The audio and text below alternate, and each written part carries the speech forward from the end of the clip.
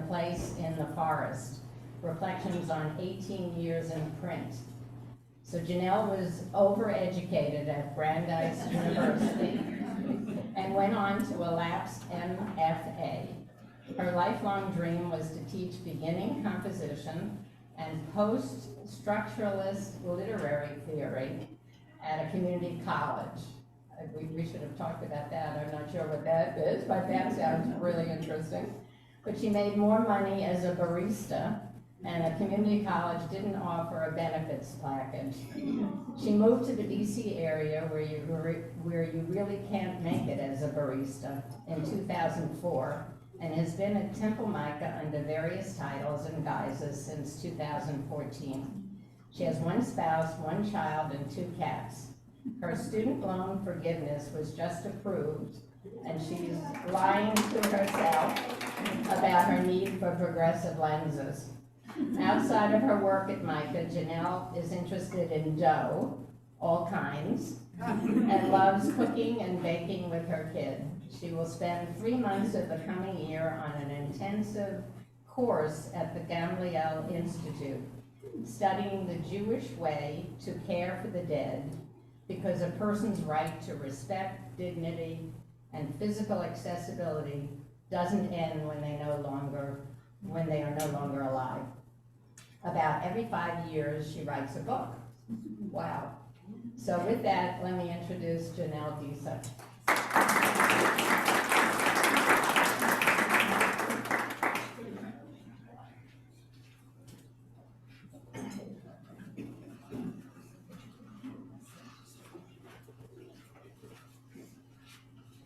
Thank you all for having me on such short notice. Can you hear me okay? Yeah. Oh, good. Dang. So I had 5 more months to panic about this, but in the end it doesn't matter, and I'm just going to get it all over with now. Maybe. Is this better? Yes. Yes. Oh, good. Because I can play the cheap seats, but I worry about people on Zoom. So anyway, the first time I got paid for my writing was 1992. I'm not going to tell you what grade I was in. And I thought, wow, really? You're going to pay me to do this? And it's been a significant part of my life ever since. But a lot of what I have written over the years has sort of vanished into either it was a print publication, and we all know how that's going, or sort of vanished into the internet. I was in a very small, queer-focused zine, which we used to, put together in our dorm rooms and stuff, and then they were on the internet, and sometimes they disappear when people stop paying for hosting and all that. I'm having trouble hearing. And so this book, The Fire in the Place in the Forest, is just sort of a way to sort of collect and gather in things that I've written over the years that I'm proud of and that I don't want to disappear. I do write other things, but as I think I said to the book group, everything in this book is PG-13, which means you're all old enough to read it. And there are at the little registration table, the author's copies would not have arrived in time, so I have little bookmarky things that tell you where you can order the book. 2 shortened URLs, one that goes to the great behemoth Amazon, and one that goes to your choice of independent bookstore. So, and it's right now available with ebook and paperback, and should be done with the audio in January. We just started basically rehearsing the audiobook. I have a lovely audio narrator so that as mellifluous as I'm sure my voice sounds right now, you don't have to hear me read the whole book. And Sid actually has a copy live. I do love the cover. And before I get to reading, I promised that I would explain the title, and it is I guess it's a story of its own at this point, that the Baal Shem Tov, when people needed help, he would go into the forest and at a specific spot, light a fire and say a specific prayer. And the people were delivered and everything was okay.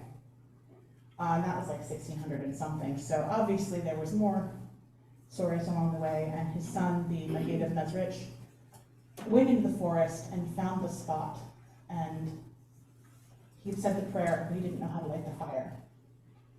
And, it goes on and goes on, generations, and the Jewish people are once again in crisis, and maybe the descendant of the Baal Shem Tov, maybe not, goes into the forest and says, God, I don't know the right spot in the forest, and I don't know how to light the fire, or why I'm lighting a fire, and I don't know the right prayer.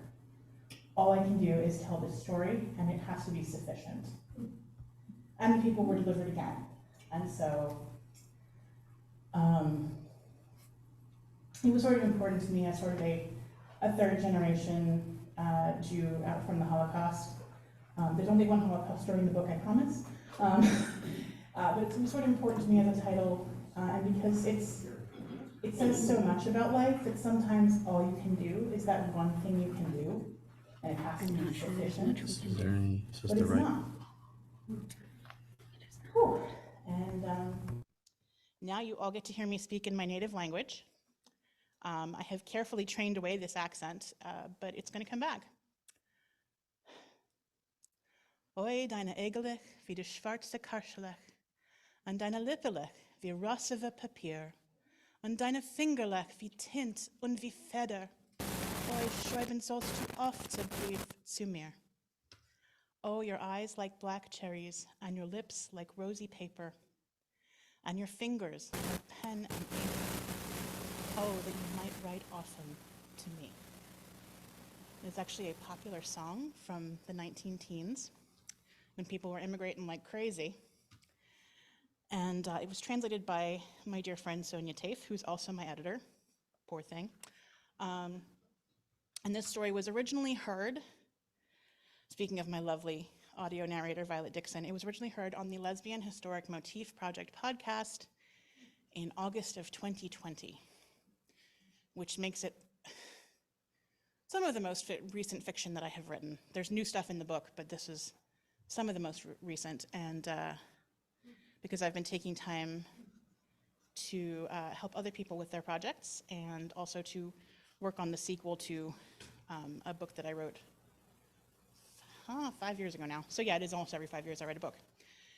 Anyway, and it takes place in the Pale of Settlement in around 1885. And it's sort of, Ukrainish, that area. It was almost too late in the spring for Coltsfoot. Her back ached from bending, her hands hurt from twisting stems, and she had gone further into the forest than she meant. The river laughed just ahead of her sight. The sun had sunk behind. A Feldscher's daughter would never grow tall, nor carry the muscle of a day's work in the rye, but she could take care of herself. Besides, she was nothing much to look at, and 36. A double blessing, if only she worked out what the blessing was.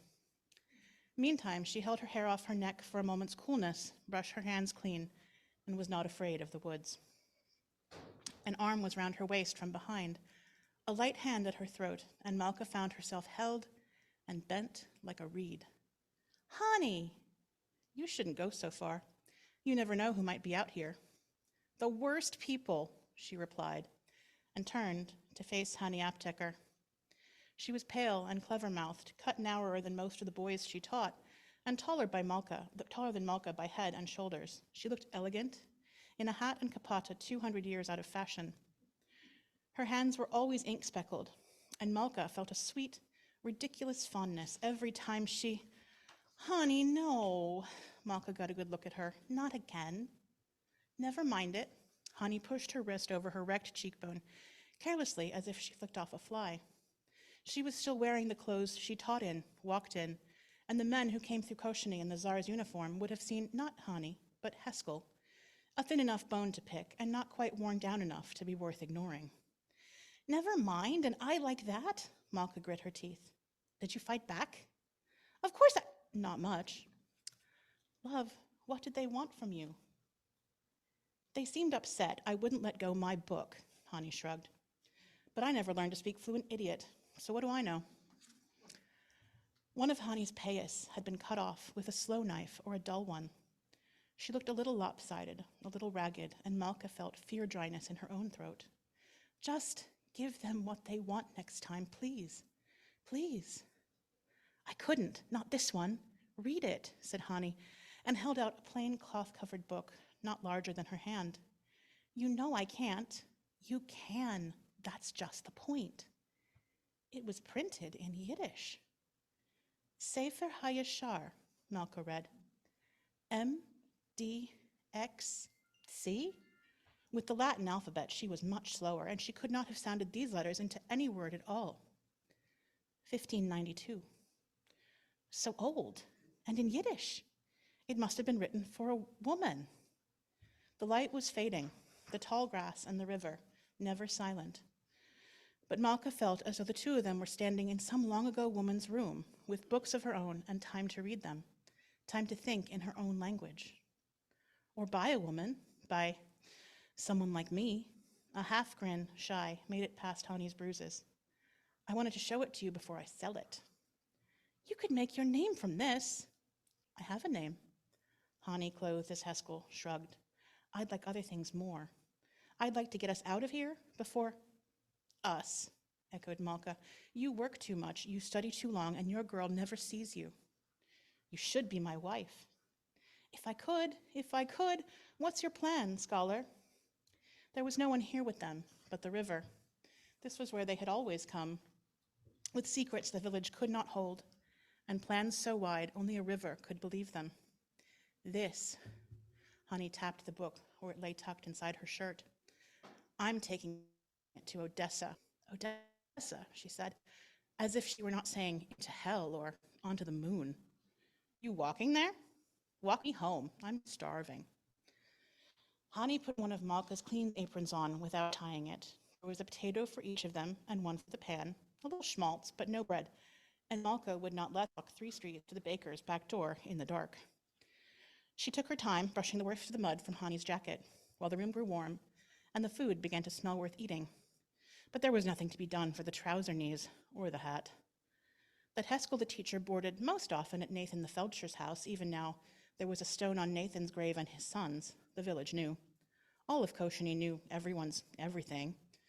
But they had needed someone underpaid to teach cheder. They needed a Feldsher, too, and a midwife. It was a slim thread of power only. A younger rabbi might have shouted her down, a less fond father married her off. But it gave Malka these 2 rooms, and money, sometimes. She stitched cuts, broke fevers, held babies away from Lilith. And when Hani Apteker had come back to the Feldsher's house, wearing the road dust of Kiev and a pair of trousers, Malka got Koshni's silence in return. Malka, what? You're staring. Malka looked at her, the beaten white of her linen, the blossom white of her shoulder, her dark brows a worried question, her cropped hair, and its lone front curl. I want to paint you. No. Hani shook her head. In America, Malka Shena, let me buy you all the colors in the world, but here, paint your roots and leaves, please. We're 400 rubles from America. Malka, nettled, ducked past Hani's reach. It's too much risk. What if someone saw it? What if they see? Malka snorted. She took down her herbal from the room's one high shelf, its weight falling familiar onto her chest, and she let it open. Across the table, over the tin plates and the salt dish. The book's pages crackled with water wear and long use. Dried buds and bracken sifted onto the tablecloth. There were leaves and roots painted in it. Every plant Malka had picked or distilled or put down in tincture. The undersketches thick at first, and then years and pages passing, clean and fine. Her father's handwriting and then her own, better script, for a cough, for bone setting, for wanting something one could not have, for getting something one should not want. In the margins there were pictures, Koshani's fences and livestock, in broad strokes with ink, little pencil drawings of faces and houses. Nothing to spend color on, only a village, aging with the artist who observed it. The sketch of a young girl by the study house, half a minute's work, except for her plaits, long and careful, inked black. A corner, some pages later, and the same girl in it, a sack on one shoulder, and a book in her opposite hand. 10 pages, 12 pages, a year of young Malka's work slipped past, and here and now, Hani's arm had gone round her waist. Drawn in, quick as glances, the girl with black braids in the women's gallery in the market square, wearing some boy's stolen hat. More than half through the book, her father's lettering long vanished. Malka found it. An entire costly page had been given to one subject, ink and charcoal to catch darkness or light, with touches of burnt umber for eyes and brows, alizarin fading at the lips. It's me. Hani sounded young, as if she had lent her voice to that girl in the portrait. You saw me? I remembered you. You were already gone. I think it was another year before you learned to post a letter. Malka shrugged. I don't think oil and canvas will compound my sins, I'm saying. She woke the next morning in Hani's arms, very romantic, but for the cover of a book shoving her in the ribs.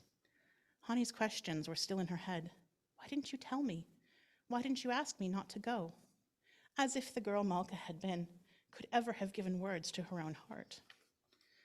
Hani was reading. 2 more volumes were in the bed with them, and sometime near dawn she had been outdoors, her boots on the floor, too close to Malka's rag rug, were covered in wet grass. Bought bread, she said, then cleared her throat.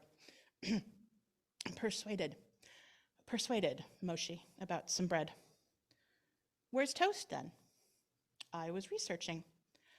Hani opened her embrace to indicate the little plain-bound book between them. The Sefer HaYashar was heavy for something so small, and it did not fall open as easily as it should for a book so very old. Malka was resolute in her skepticism, for all a good felcher stayed just aside of magic, but there was something. Toast, she said, absolutely firmly, and made her feet touch the floor.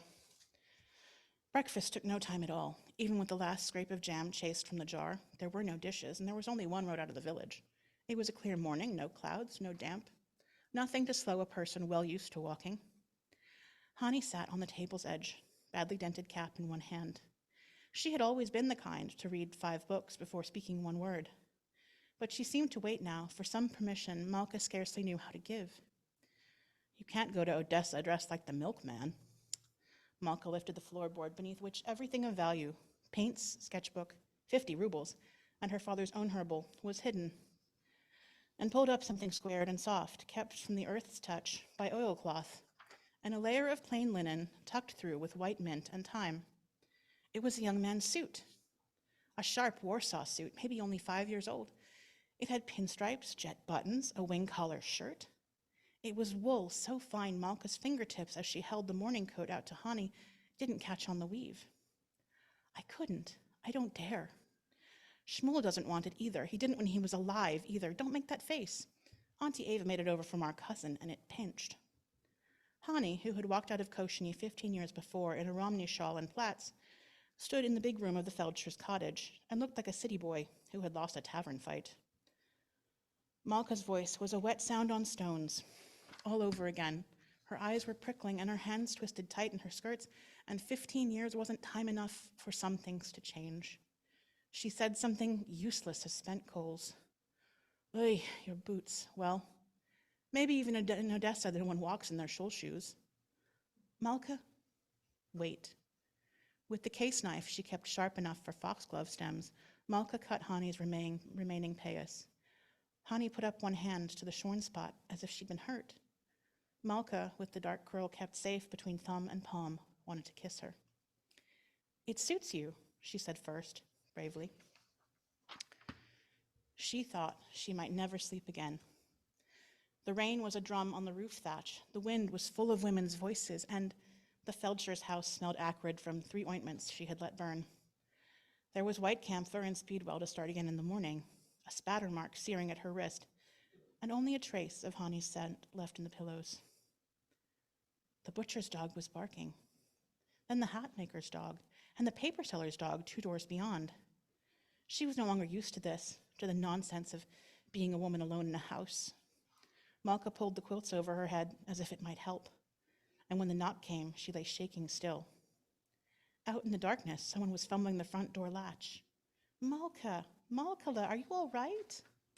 It was a small house, no more than 4 steps to the door. God's sake, you knock like a Cossack. Wait, it's wet. I'm wet. Hani, soaked and sodden down to the new split in her left boot, tried half a second to keep from Malka's arms. You're real. You can't be real. It's a week's walk to Odessa, a week back. Malka, hush. I didn't go near it. I fell into the river. It took you 3 days to fall in the river? The big river, Hani amended, shrugging and holding on to Malka all at once. They had never kissed on the doorstep or in a downpour, but it was the blackest hour of morning, and Hani's mouth was warm. She laughed, too, between kisses, against Malka's cheekbone, against her throat. I swear I would have sent a letter, but all I've got in my pockets is river water. Come inside and look. Look at this. As they dripped and shivered by the growing light of a fire half-kicked, half-coaxed to life, Hani pulled the small, familiar book from beneath her shirt. The Sefer HaYashar had been half drowned in the Dniester. Its plain, pale cover fell by threads and drenched fragments to the floor. Hani shook it hard, as Malka had never seen her mistreat any book.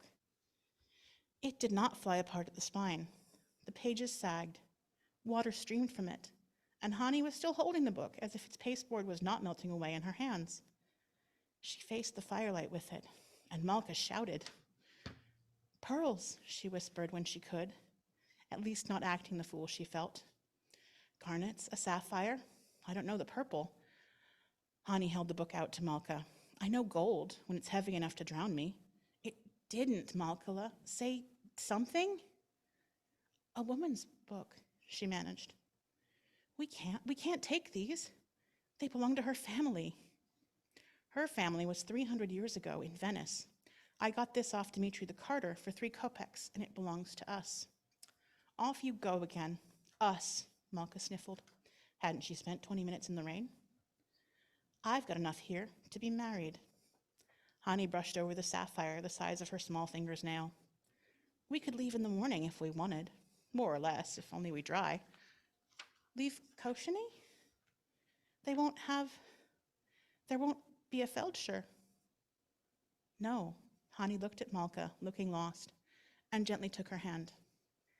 There will be Malka Peczerska, a botanical painter, in America. Malka Apteker, I thought. Did you change your name in that river?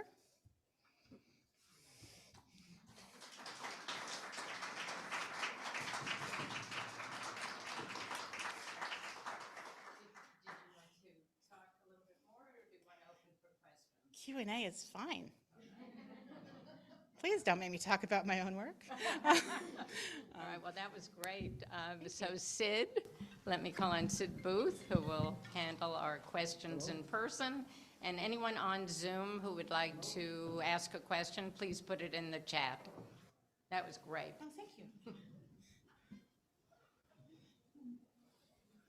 I'm looking for questions, and while I am, thank you, Barbara, just a moment. Would you give your name before you ask a question?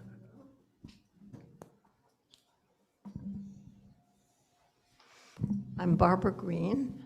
Wonderful story, Jeannelle. So you have a famous ancestor, I do. I never and met him.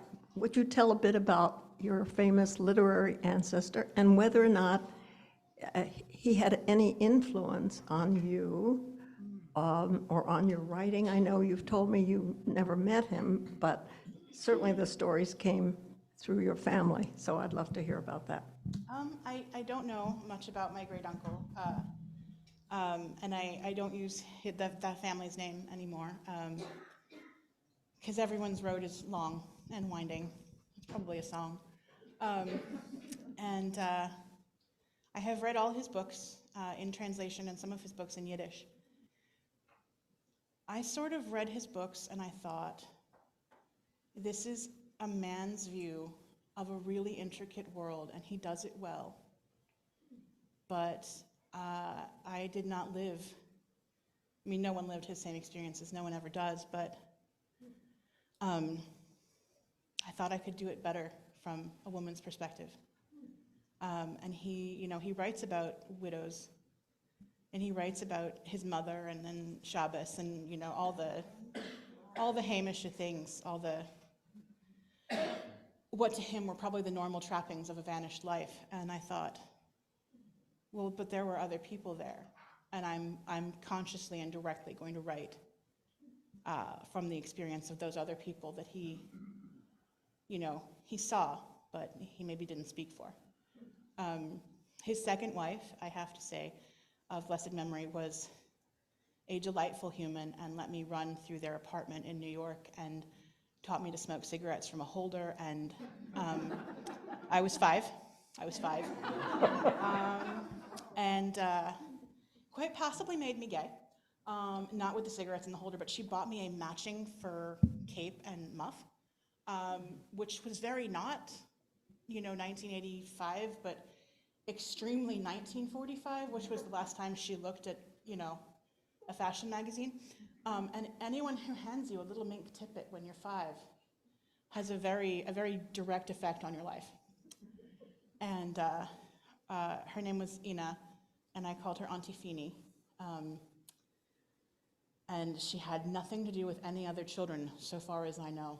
And this beautiful double apartment in New York was absolutely brown with tobacco smoke. And I was like, I don't think the walls are supposed to be that color.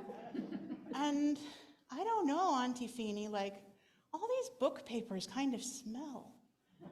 And so that was her experience of me. And then my experience with her was, you're certainly a child. And, but I mean, she liked me because she didn't, eat me. And I actually think, pursuant to the beginning of the conversation, that some of his books are going to come back into print through the Yiddish Institute for Culture and Science, YIFO. The copyright is with them now, and they're going to do some magnificent editions, I'm sure. And next time you're in New York, you should definitely check out the other work they're doing to sort of illuminate, again, where the women were at this time. Because behind every cranky Yiddish author, there was at least one Belabusta, Yiddish housewife, making the sandwiches and, in some cases having the kids and supporting people's work. Financially, it was all the women, and they all wrote books too, and they're much harder to find in translation. His sister wrote books. Isaac Bashevis Singer's, I think it was, sister wrote a novel that I'm working on translating. It's called Brillianten, which means diamonds. It's been translated once, but I didn't like the translation because I'm a jerk like that. So of course I set out to do it better, and then I had a kid, which actually was a great object lesson in the things you can and cannot do when you have a child. And so I also want to acknowledge my spouse's role in my being a writer, because they have never said to me, you can't write right now because our laundry is about to gain sentience and, develop language. Instead, we sometimes send the laundry out, and they sacrifice time with me. My kid sacrifices time with me in a way that these men who were part of a group called Jugend Vilna, Young Vilna, didn't have to, and maybe would have been okay sacrificing some of their writing time, but mostly were hanging out and smoking a lot. A tradition they brought to New York with them. And I don't know that he would have liked me because I'm super gay and I don't ever shut up, ever. And he sort of wrote as a person who was not comfortable with injustice or anything like that, but someone who saw his place as the observer of it. And so I don't know if he ever got his hand in and tried to fix anything. If I knew him better, I would know, but I always kind of want to be there, and if I'm going to write about something, I hope I've tried to fix it first. So yes, I spoke only Yiddish until I was about 7 years old. And then you start learning English because you've got to go get stuff from the grocery store. And then I found that languages came easy to me, and then writing as well. So, long story long. Any other questions? Sup? Jeannelle, just 1 minute. Yeah. See if we can hear you just a little better by putting this central. Oh no, I've killed it. No, I've killed it. Okay, I'll stand up. I'm Stephanie Crawley. I was delighted to hear the reference to Sefer HaYashar, which is sort of my academic interest, is this particular midrash, which as I have not been able to prove that it was written by a woman, but as best we know, was its early translation into Yiddish shows that maybe it was written for women or the folk in some way. But I'm curious why you chose this book, what magical qualities you think it holds, and if you thought about putting more of the contents of the book in the story as opposed to the reference of the book, or are you hoping that the reference of the book is sort of, if you know, and it elevates the story for those who do know the book? So it turned out to be an if you know, you know, because the person who did the podcast was very supportive, but has strict word count limits. Her name is Heather Rose Jones. You should check it out. But yes, I totally believe in the slightly uncanny properties of it, and I totally believe that if a book was ever going to be a passage to somewhere else, that would be the book. And I've read it, what's translated of it in Yiddish, and I would love to take a more scholarly look at it, but until then, it's one of my favorite, wow, this is really cool stories. And yeah, so it had to be an if you know, you know, but I wanted to put much more in it because, there were women scholars, and they were studying just as hard. They were just silent in the record sometimes, which is frustrating.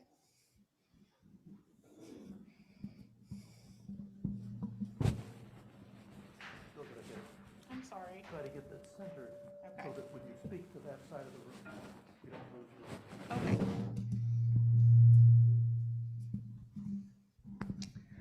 Barbara Diskin, Thank you. I wanted to ask you what sort of research you had to do, if any, to be able to include all those details.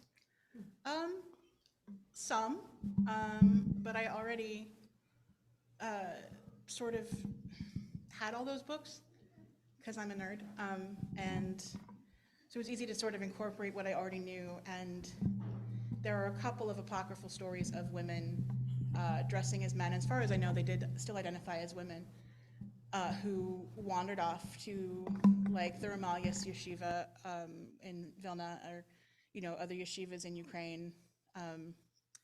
And basically just pretended. And people see what they want to see, which is something that I have come to know as a queer woman with, a queer spouse and kids. People see what they want, and so they would have successful courses of study and then come back to their villages and usually not marry, but it's in the actual record 2 or 3 times. So not a lot of research, just more checking. I think this, is it that? But I've always sort of been looking in the margins and trying to see what isn't being said about the people who are absolutely living there at the time, wherever there is. Just a minute, we have a question from the chat. Okay, I want to finish Barbara's question. It was around 1885, the story, when Russia was this big overarching thing, and it was kind of unsafe to be a male-dressed person of a certain age because they would just press gang you into the Tsar's army, and so leaving is a very timely, thing to be looking at, but it was expensive. It was the equivalent of $6,000, I think, by the time got to Hamburg to get on a ship and then get wherever the ship was going. It was 5 years' salary for most people, and you still have to eat and pay for your donkey the whole time too. So, question from the chat? Yes, this is from Elsie. She says, Jeannelle, just beautiful. Do you write continually or just when a story comes to you? I try to write continually. I try to treat it like a part-time job. I write, or I stare uselessly at a piece of paper for about half an hour every night, and if it's not coming, it's not. And then also on the weekends, once my kid has gone to sleep on Friday, I sort of don't sleep until daybreak on Saturday, and then I crash out and get up around 10 so that I can have a day with my kid. But I try to put in 10, 15 hours a week writing. And sometimes it works.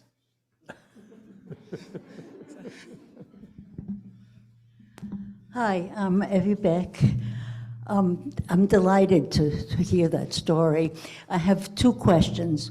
One is, I loved the way you read the Yiddish. I had not known that it was your first language. So my first question is, did you think, or how do you think your having spoken Yiddish for so many years affected your style in English? Oh, it drives people up a wall. My main editor is also a native Yiddish speaker, although she's a Galicianer, so sometimes she sounds drunk and we just don't say anything about that. Like, what vowel is that, sweetie? But it drives people crazy because when I try to write in English, or when I do write in English, it tends to come out with a meter, which Yiddish very naturally sort of just has. But in English, like, sometimes I watch people count the feet.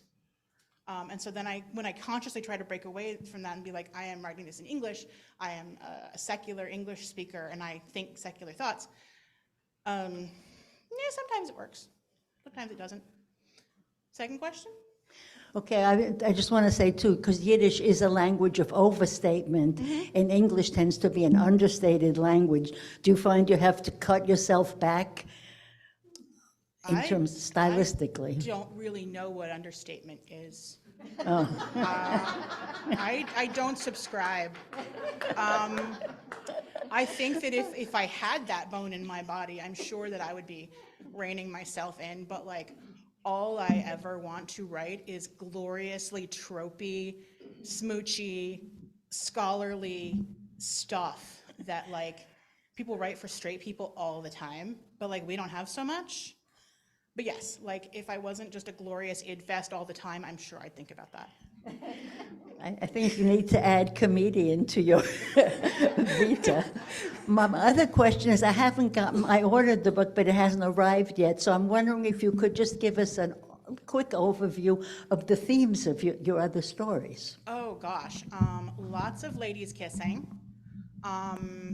and people say that, like reviewers have said, that there's very often a component of mortality in my stories, because I think you can't really get away with that when you're writing away from that when you're writing predominantly Jewish stories. Like I said, there's only one Holocaust story in the book. I was so restrained because we have other stories to tell than the Holocaust. But yeah, I think that sometimes I walk people up to their, mortality through romance, which is interesting. I should probably take that up with my therapist. But otherwise, I think it's just people throughout time and place who happen to be queer, just really enjoying themselves. There is the only steampunk story I ever wrote. Steampunk is sort of a thing where sci-fi gets into your historical fiction usually, and I was writing it as a favor for a friend who had someone else drop out, sort of like this.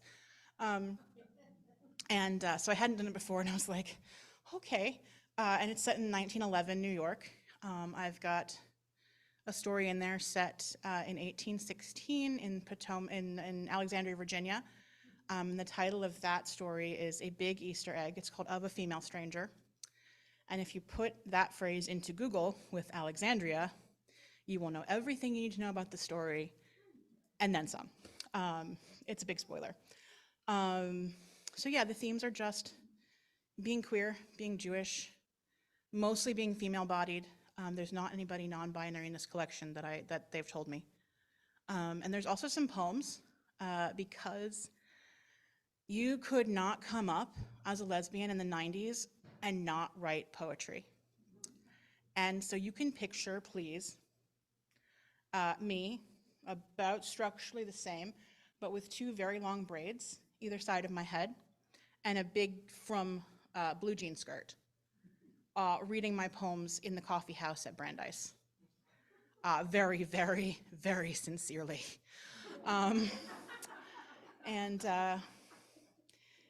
that's just who I was. The poem that closes the book is a poem that I wrote for my spouse. I'm very proud of. And I tend to write formed poetry because I'm a dork. And so I did really well in prosody, which is the study of formed poetry and how to manipulate it. And so most of the poems in the book are not free verse. They have a form to them. And that's just fun for me. Will there be anything else? Yes. How did you become so self-aware? Trauma and therapy. You have to get into the guts and the kishkis, and then you have to shower metaphorically.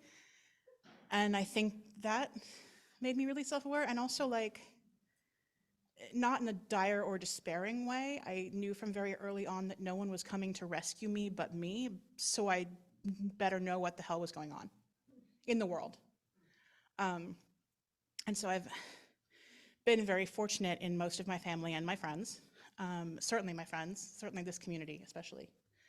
And I've learned to sort of be a Jewish adult human in the world and try to do that in a trauma-informed way and also not hurt anybody's feelings. And that is, I think the trick is just be nice on the internet.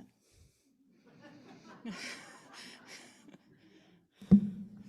right.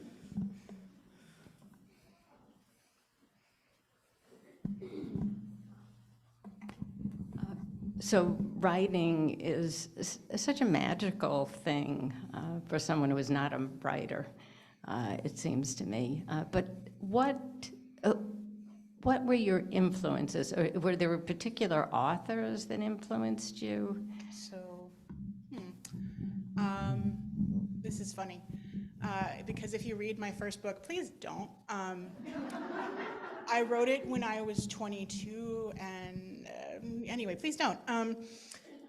I was heavily influenced by my thesis advisors at Brandeis, Jane Ann Phillips and Marcy Hirschman, who are both Jewish women writers of the mid-90s about, and one of them writes the most glorious smut, and one of them writes really, really thinky Alice Munro sort of stories.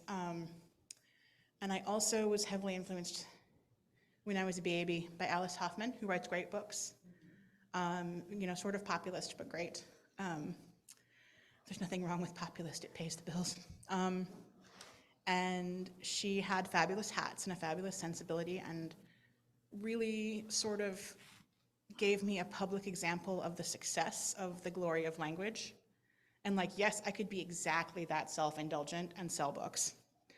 So, Alice Hoffman, wherever you are, and her hats. I'm also, as a poet, influenced by a poet called H.D., who wrote in the early 20th century. And I think she identified all the way as female, but she had a very interesting love life. You should look it up. Lots of classical influences. The secular Yiddishist and classicist overlap is pretty heavy. And so oftentimes in my work, I will put a bad classicist joke just for my friends. But so that's, most of my influential poets are people who, like Robert Graves and the World War I poets and H.D., who were sort of steeped in the very Western, very Greek and Latin kind of stuff. If you were to receive a MacArthur Genius Award and were it offered a little rest from Temple Micah, an ideal world, how would you occupy 24 hours a day? 24 hours a day.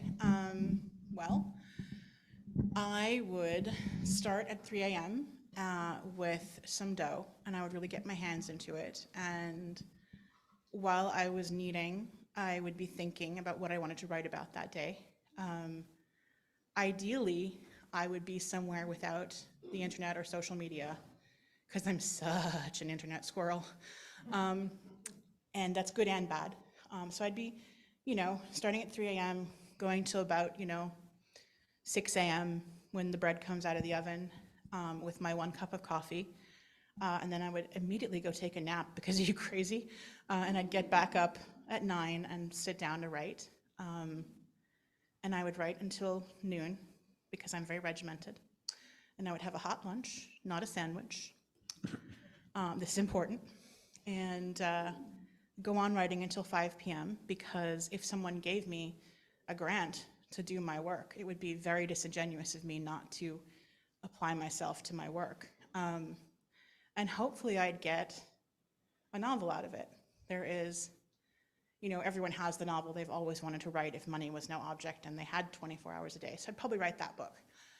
And otherwise, in the absence of a genius grant, but maybe with a cabin in the woods, I would probably just finish the sequel that I have been trying to finish for 4 years. So, but if anyone knows the MacArthur Genius people, I hear they give sabbaticals here. So, all right. Hi, Francie. Wait. Hi, Jeannelle. So I have to ask you this. I love to read the New York Times Sunday Book Review, and I love the last question that they ask of the person of the week that they interview. So if you were having a dinner party, what 3 people would you invite, living or dead, and why? And I was going to say living or dead is the stipulation that I like. I would invite, in the sense that this was going to be a decorous dinner party where nothing got thrown, I would invite Alice Hoffman, just as a thank you for everything that she doesn't know that she's done. I would invite Sally Ride, and I would say thank you for going before and doing it all in the quiet and being unapologetically brilliant out front and saying, I am the best at my job and you're going to send me. Because that was, and she gets a +1 too, she gets her partner. That was such an amazing example and to me as a kid, because I'm peak secondary space program. And so that was, when I got to watch PBS, that was like, oh, a woman astronaut. Holy shit. So, and the third person, I think I'd invite Danny. Because he always has something in his pocket that really makes me wonder about his therapist. But also just is so deeply Jewish that I can't imagine a lofty meal without it. I'd really want his thoughts on whatever was happening. And then you would have to invite Grandpa Goldman. I would, yes. Francie. That's a dream. Thank you, Francie. Because I know he was really moved to hear his grandfather's voice for the first time recently, and so yes, his +1 would be Grandpa Goldman, and they'd probably get into it rabbinically, but that's okay because that's a great dinner. Yeah. So Jeannelle, getting a little personal, can you describe the path that brought you to Temple Micah? Sure. So I knew when I was 5, maybe 4, maybe 3, that I liked a couple of things, and girls were high on that list, and so that I knew by the time that I met the guy that I was supposed to marry, he's fine, he's in politics now, he has a lot of his hair, so I think we could have made it work. But by the time I met that guy when I was 13, I was like, oh, this is not for me. And so I started checking my exits. And when I was 16, I was accepted to Brandeis. And oh boy, did I go. I went fast. I did not look back. And I got involved with egalitarian Judaism for the first time. And I started learning things about how it's okay to like girls and jeans that are not skirts. And that kept me occupied until I was about 20. And then I went to graduate school, which was a terrible idea. We don't talk about grad school.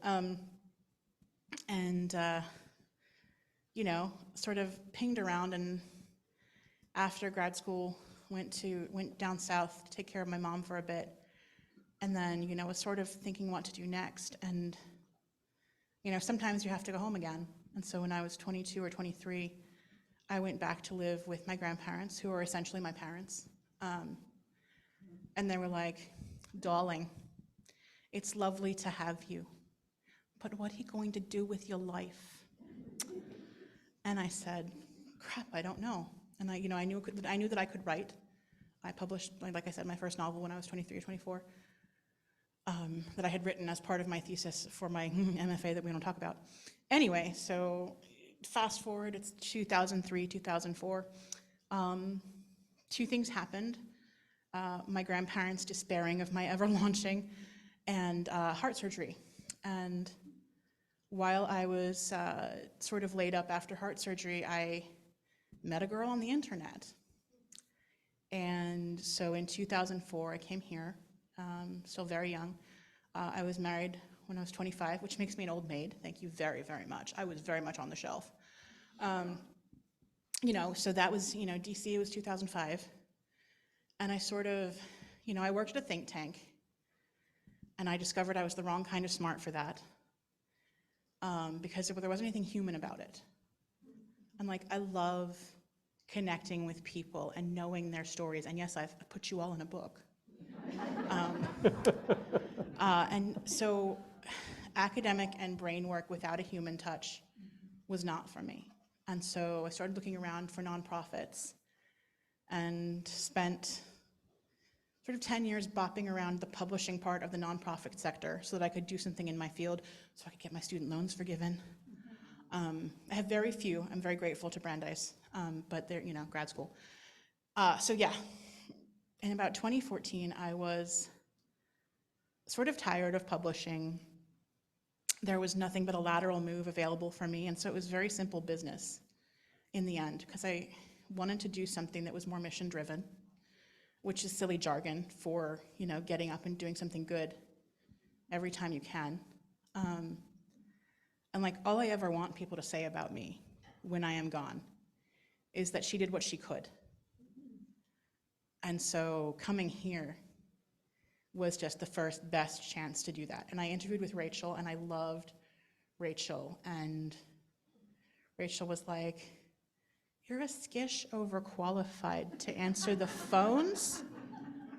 And I said, I want a job that, pays and is ethical and has health insurance and is ethical and, lets me have time for my writing. So I guess, in a way, my writing took me to Temple Micah. Now I can't get rid of you all.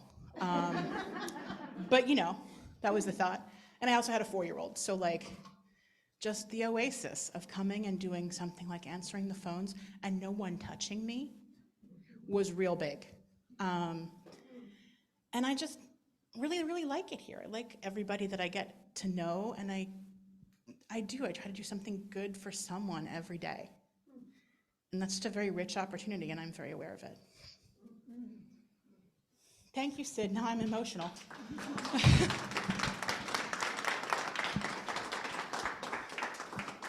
Are we good? Any other questions? Let's see, we have time for one or two.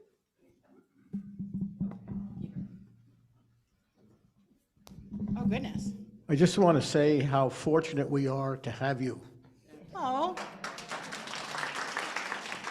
Thank you all. Thank you all very much. And thank you for being such a friendly and receptive audience. There was plenty on the table that you could have thrown, and you didn't. And I'm so grateful. If you buy the book and you don't like it, don't tell me. Very sensitive in here. But yes, and if you buy the book and you want me to sign it, well, you know where to find me. So thank you all so much.